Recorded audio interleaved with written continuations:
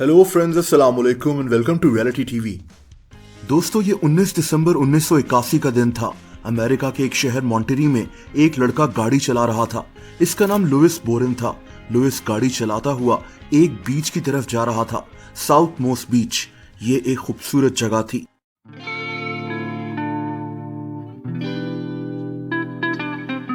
नीला समंदर, खुली फिजा। लुइस को यहाँ अपने एक दोस्त से मिलना था। इन दोनों का प्लान इस समंदर में सर्फिंग करने का था। समंदर की लहरें जोश में थी। ये सर्फिंग करने के लिए आइडियल जगह थी। ये दोनों दोस्त कुछ ही देर में समंदर में दाखिल हो गए। समंदर का पानी बहुत ठंडा था और ये दोनों दोस्त समंदर की ऊंची लहरों पर सर्फिंग करना शुरू हो गए।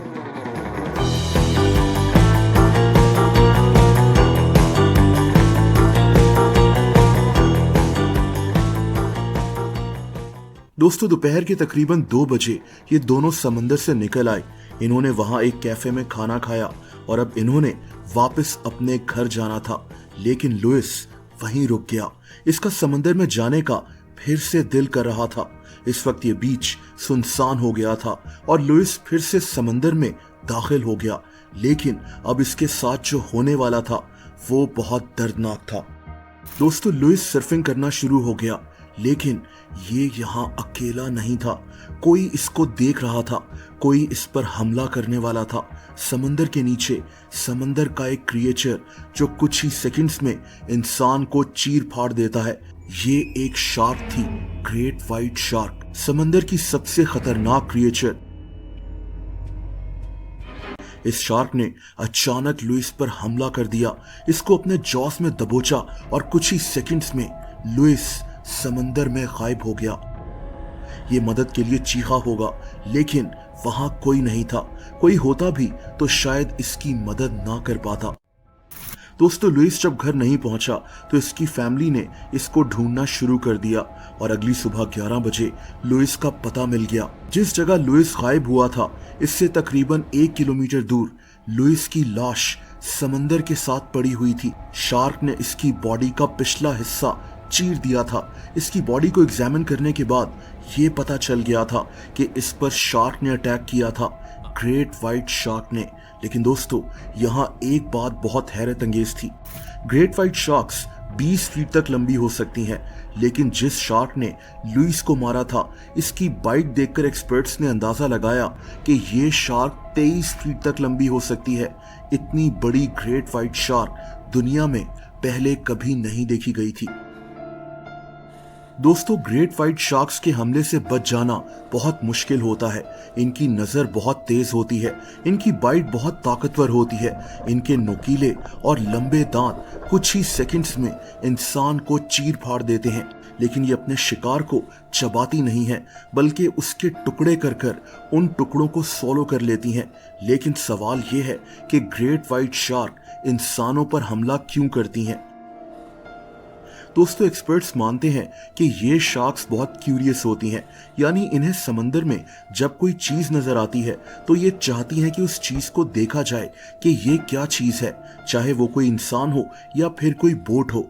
मसला ये है कि ये अपने दांतों को हाथों की तरह यूज करती हैं और उस चीज को जानने के लिए उसको बाइट कर देती हैं, और इसी चक्कर में सैकड़ों इंसान ग्रेट व्हाइट शार्क का शिकार बन जाते हैं। ऐसी ही एक और कहानी हीदर बॉसवेल की है। हीदर एक शिप में काम करती थी। इस शिप का नाम डिस्कवरर था। ये अमेरिका का एक ओशियन रिसर्च शिप था। 23 मार्च 1994 को ये शिप यूरोप के एक समुद्री हिस्से में था। इस दिन इस शिप पर छुट्टी थी और इसीलिए शिप पर काम करने वाले कुछ लोग समंदर में कूद पड़े। ये अपनी छुट्टी एंजॉय कर रहे थे, लेकिन कुछ देर में क्या होने वाला था वो ये सोच भी नहीं सकते थे। दोस्तों, दूसरे लोगों की तरह हीदर भी समंदर में स्विमिंग कर रही थी जब अचानक शिप पर मौजूद लोगों ने चीखना शुरू कर दिया कि यहाँ एक शार्क है। हीदर और दूसरे लोग फौरन शिप की तरफ तैरने लगे। ये जानते थे कि इनके पास कुछ ही सेकंड्स हैं, वरना किसी की भी मौत हो सकती है। लेकिन दोस्तों, हीदर इस शिप से थोड़ा दूर थी। अचानक शार्क ने इस पर हमला कर दिया। शार्क ने इसकी टांग पकड़ ली थी। ये लड़की दर्द से चीख रही थी। वहां एक बोट पर मौजूद लोगों ने कोशिश की कि इसकी मदद की जाए, लेकिन उसी वक्त एक अजीब सी आवाज आई। दोस्तों इस शार्क ने हीदर की टांग काट कर अलहदा कर दी थी। इससे पहले कि ये हीदर को अपने साथ समंदर में ले जाती, वहां कोस्ट गार्ड्स आ गए और इन्होंने शार्क पर गोलियां चला दी। खुशकिस्मती से हीदर को बचा लिया गया था, लेकिन इसकी टांग शार्क अपने साथ ले जा चुकी थी। दोस्तों अब चलते हैं ऑस्ट्रेलिया। ये 23 जनवरी 2007 का दिन था। ऑस्ट्रेलिया की एक जगह केप हाउ, यहाँ एक मछेरा मौजूद था। इसका नाम एरिक नेरस था। एरिक एक डाइवर भी था। ये समंदर के अंदर डाइव कर एक स्नेल एबेलोनी को पकड़ता था और इसको बेचा करता था। इस दिन भी एरिक यही करने वाला था, लेकिन ये कहाँ जानता था कि आज इसका सामना किस चीज से होने वाला है। दोस्तों इस जगह समंदर में ग्रेट व्हाइट शार्क तैर रही थी। यहाँ काफी सील्स मौजूद थी और शार्क इन्हीं सील्स को खाने इधर आ गई थी। एरिक ने अपना डाइविंग सूट पहना और ये समंदर में उतर गया। ये अभी एबेलोनी को पकड़ ही रहा था कि अचानक पीछे से शार्क ने इस पर अटैक कर दिया। एरिक का डाइविंग सूट काला था, तो शायद शार्क को लगा कि ये भी एक सील है। दोस्तों इस शार्क ने एरिक को अपने जबड़ों में फंसा लिया। एरिक को कुछ दिखाई नहीं दे रहा था। शार्क इसकी चेस्ट और कमर में अपने दांत गाड़ रही थी। इसके पास बस कुछ ही सेकंड्स थे, वरना शार्क इसके टुकड़े कर देती। लेकिन किस्मत से एरिक का लेफ्ट हैंड शार्क की आंखों के पास चला गया। एरिक ने फौरन अपनी उंगलियां शार्क की आंखों के अंदर घुसा दी और शार्क ने अपने जबड़ों की ग्रिप लूज कर दी। एरिक शार्क के मुंह से बाहर निकल आया था। इसका खून निकल रहा था। शार्क इसके सामने थी, लेकिन फिर इसने हिम्मत पकड़ी। दोस्तों एरिक समंदर की सरफेस पर जाना शुरू हो गया। इसने अपने हाथ और टांगे भी खोल लिए ताकि शार्क को बता सके कि यह सील नहीं है।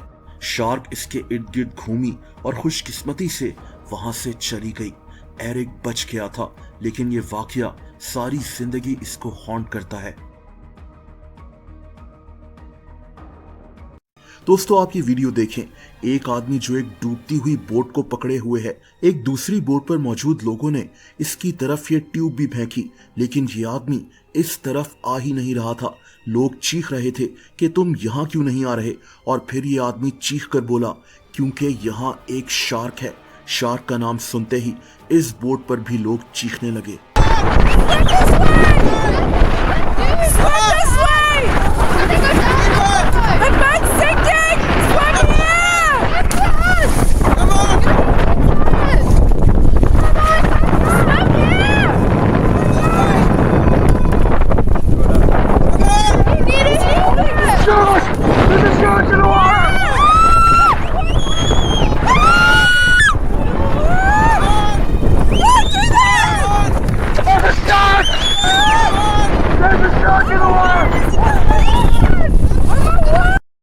दोस्तों अगर आप मुझे इंस्टाग्राम पर फॉलो करना चाहें तो उसका लिंक नीचे डिस्क्रिप्शन में मौजूद है।